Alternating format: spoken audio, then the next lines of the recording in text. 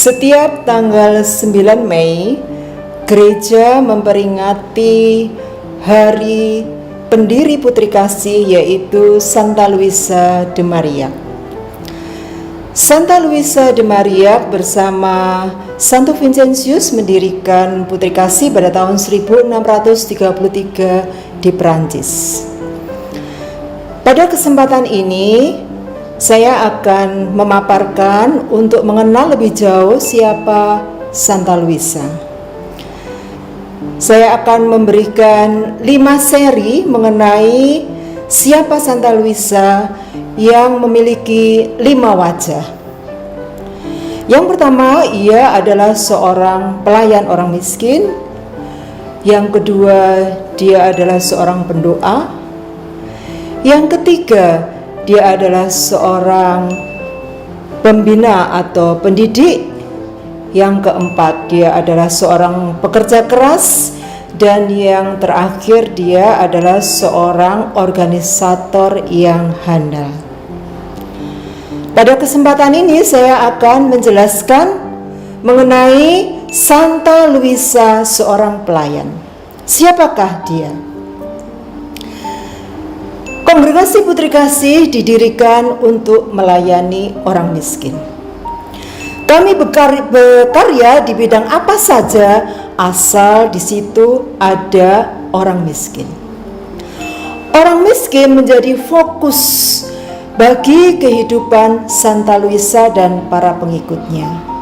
Bahkan dalam kaitan dengan pelayan, beliau mengajarkan bahwa kita ini melayani Kristus dalam diri orang miskin.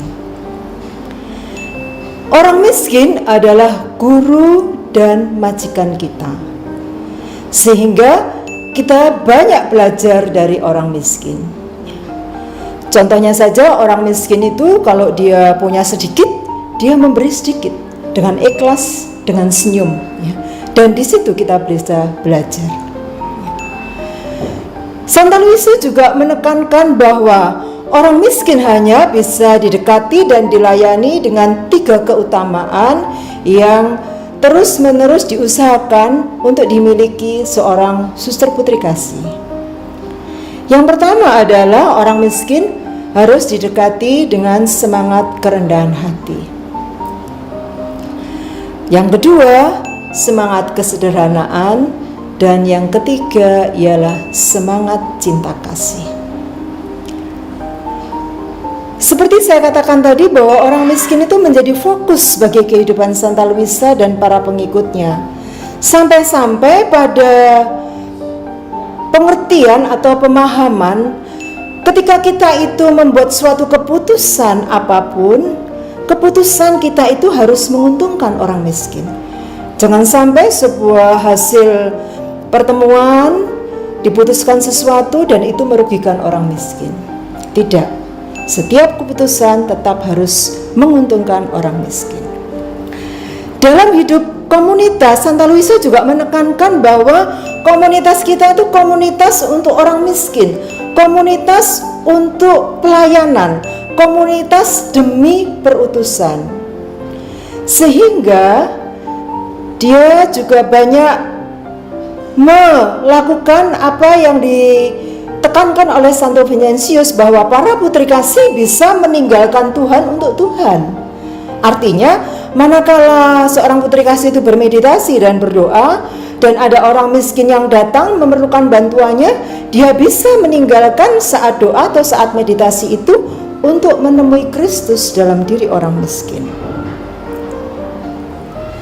Bahkan Santa Luisa mengajak para pengikutnya untuk menghayati kaul pelayanan kepada orang miskin. Serikat Putri Kasih tidak hanya memiliki 3 kaul, kemurnian, ketaatan, dan kemiskinan, tetapi juga ada kaul keempat, yaitu pelayanan kepada orang miskin. Nah, di atas segalanya, Luisa menekankan bahwa semangat menjadi pelayan itu jauh lebih penting daripada pelayanan itu sendiri.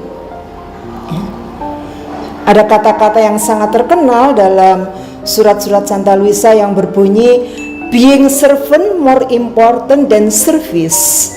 Artinya, menjadi pelayan, memiliki sikap sebagai seorang pelayan jauh lebih penting dari pelayanan itu sendiri.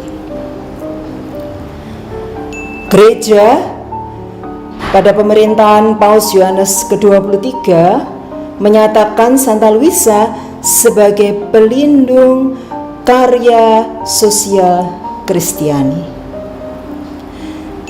Pada seri berikutnya kita akan mendengarkan Luisa sebagai seorang pekerja. Terima kasih.